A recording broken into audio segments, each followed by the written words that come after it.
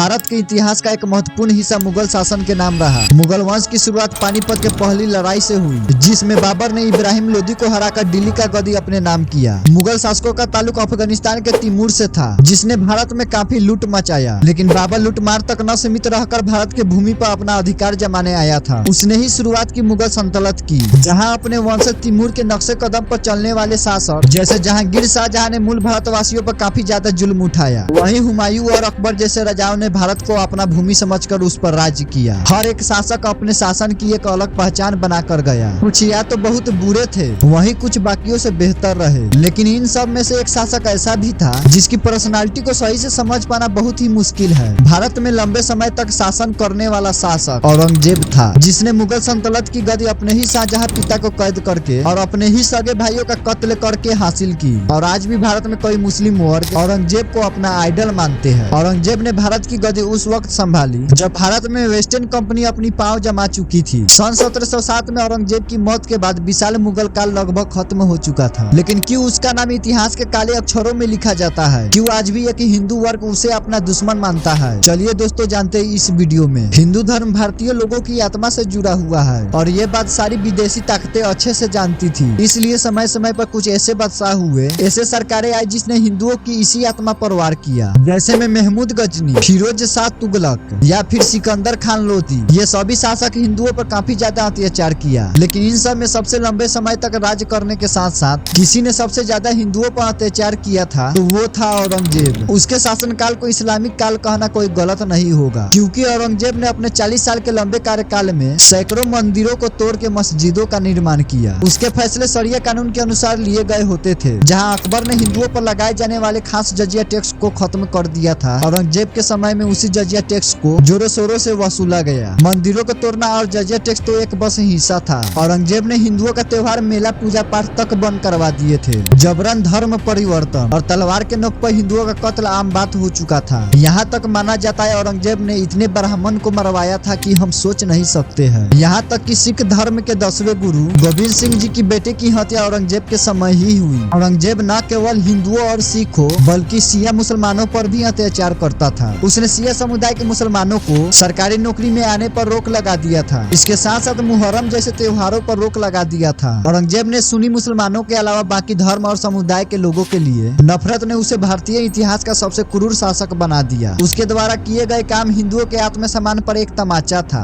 राजा अपने प्रजा के लिए होता है, लेकिन औरंगजेब का एक तरफा शासन ये कभी न मिटने वाले धब्बे से कम नहीं था। औरंगजेब ने भारत पर बहुत सालों तक राज किया और बहुत सारे धर्मों पर अत्याचार भी किया। लेकिन हम सब जानते हैं आज अंधेरा है तो कल उजाला भी आएगा। उसके ही समय में मराठा राज में विद्रोह की बिगुल बजने लगी, जिसकी नींव रखी छत्रपति शिवाजी महाराज। उन्होंने न सिर्फ हिंदुओं को सम्मान दिया बल्कि स्वराज का सपना दिखाया। आलम यह हुआ कि मराठा राजाओं में हिम्मत आने लगी। औरंगजेब के द्वारा शिवाजी महाराज को बंधक बनाने के बावजूद उनका वहां से निकल कर आ जाना और दोबारा हारे हुए किलों को जीत लेना देश के अलग अलग प्रांतों के राजाओं के अंदर हिम्मत भरने वाला कदम था। एक एक करके भारत के काफी टुकड़े होने लगे और औरंगजेब के हाथ से कंट्रोल जाने लगा। काफी सारे स्वाधीन राज्य बनकर आने लगे। उनमें से बंगाल, पंजाब, मराठा प्रमुख थे। गुरु गोविंद सिंह महाराज के बेटे की हत्या से औरंगजेब के वफादारों में कमी आने लगी थी। अंत में औरंगजेब के मौत के बाद दिल्ली की गद्दी काफी कमजोर पड़ गई। औरंगजेब के वंशज कमजोर और अयास्म किस्म के थे, जिन्होंने जनता का विश्वास जीतने में नाकामी हासिल की। औरंगजेब की नीतियां इतनी कठोर थी कि उसकी मौत के बाद जनता ने कभी उनके वंशजों को दोबारा नहीं अपनाया। सत्ता के नशे में चूर औरंगजेब के बेटे अपनी गद्दी बहादुर शाह के हाथ गंवा बैठा, मगर तब तक काफी देर हो चुकी थी। काफी राज्य पनप चुके थे जिन्हें विदेशी कंपनियां मदद करती थी। इतनी अनेकता फैली कि जिससे अंग्रेजों का हम पे राज करना आसान हो गया। इस सब का कारण कहीं न कहीं औरंगजेब की नीतियां ही थी, जिससे लोगों ने और राजाओं ने खुद को मुगलिया सल्तनत से अलग कर लिया। परिणाम ये हुआ कि न कि मुगल सल्तनत का अंत हुआ बल्कि हमारे देश को आने वाले काफी वर्ष गुलाम रहना पड़ा। तो दोस्तों ये वीडियो इंफॉर्मेटिव लगा होगा तो लाइक एंड सब्सक्राइब जरूर कीजिएगा। मिलते हैं अगले वीडियो में। अभी के लिए बहुत बहुत धन्यवाद।